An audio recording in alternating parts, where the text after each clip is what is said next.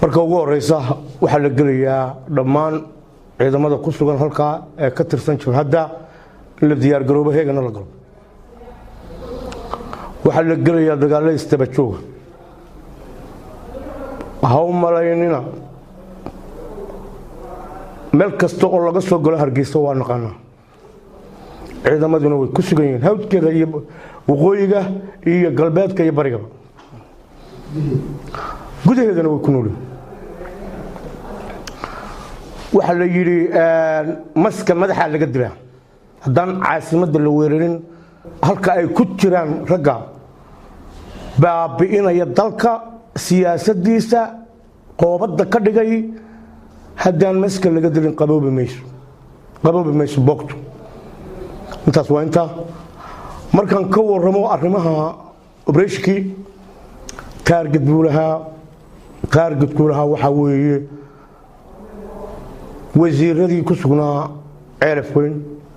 uu ka mid ahaa boos horta marka ugu horeysa boos mare maxamed nuux baa dhalay dukaankiisiibuu ku aamini waayey mire lahaa ilmaadar baan ayaan darro waxa ah muuse wuxuu ka dhigtay wasiirka ciyaaraha ayuu ka dhigtay waxaan oran karayaa isaga laftiisu waa qiimeeyo maskaxiyan buu qiimeeyo inuu wasiirka ciyaalka ka dhigo markuu maskaxdiisa arkay inuu wasiirka ciyaalka ka dhigo ayuu u doorbiday intaas waa inta wax ku fogaan maayo gacanteeduna soo galaya haddii alla yiraahdo insha Allah wax kasta ay ugu sheego gacan ku dhiglahay ugu sheego nin beela isku diray hay ugu sheego uma socdo beelaano targetkaygu waxa weeye inaan madaxa ka dilo wasiirada qabqabto saraakiisha qabqabto targetkaygu waka أنا كنت أقول الحمد لله رب العالمين وحيالله ما تشرين يا بيرها كده وده دجاج الصومالي الآن قبل كسناك عاصمة ضوطها أنا ولا لنا هاي ولا لها نهاي قرابها نهاي نمرو بي إن كاجا كإلاشو مالها تارجتك هذا ويا حعبنا قريبا الله فرت إن بالدري حبل باوتي قروها وارنسي waxaasoo dhami inta ay iman doonaan ka ceshay anigu ceelif weyn baa magaalada ceelif weyn annaga deegaankayga weey kamana daynayo iyadii ceergaababa operation nin walba ilaashaynankaaga haddaad oran doonto qori baa la furtay inan baa la dilay waxbaa la qaatay nin walba imanka ka cesho ka qaado ka kaxayso dayn maayo wallaahi waa weeraraya anigoo aan beel weegin ciidamada ku sugan halka ee daba dhilifka ee xaqqa diidan ee xaqdarrada u dagaalamaya weeraraya sidaan weeraraan aniga aqaan dhaliishiinu waxa weeye 300 kilomitir baan ka soo dhaqaaqay xabada lagu waray waana qanaa shaqadooda wallaahi waxaan ka bilaabayaa gudahan ka bilaabaya amaan samada kaga soo dago amaan xeebta kaga imaado qolada warsangeli nimayo anigu baan weerarin meesha carmaale la yiraaho ceel buhmaan weerarin baran maan weerarin yubmaan weerarin boqortooyada waxaan leeyahay waa inamadiina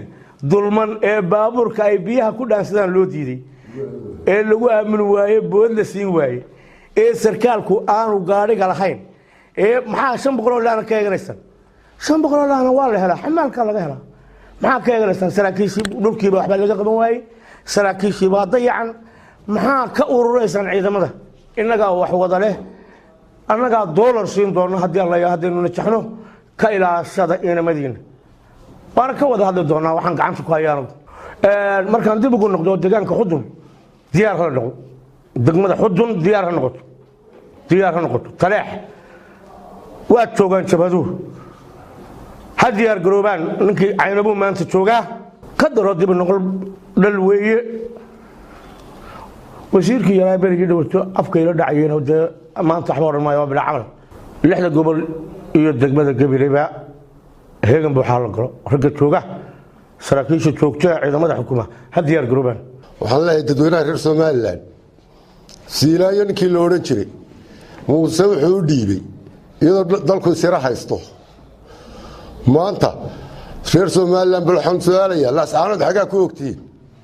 baran xagaa ku ogtiin ergaaba xagaa ku ogtiin saddexdaa gobolba khadka way ka baxeen burcaya hargeysa hadhow beesha caalamka baaqaan u diraya waxa weeye lacagta ama dhaqaalaha aad soo bixisaan ee Soomaaliland soo siisaan waxa maamulka yar ama kooxda yar ee duleysane ay ku geysataa xasuuqyo sida kii kalshaale sida xasuuqi ceel gardaale sida ciyaal arday oo aan qaan gaadhin oo xabad nool la dhaco qaramada midoobay iyo beesha caalamka ama deeq bixiyaasha waxaan leeyahay dhaqaalihiina hadda ugu tala gasheen in dadkan lagu xasuuqo ama lagu burburiyo wada hadii kalena ka joojiya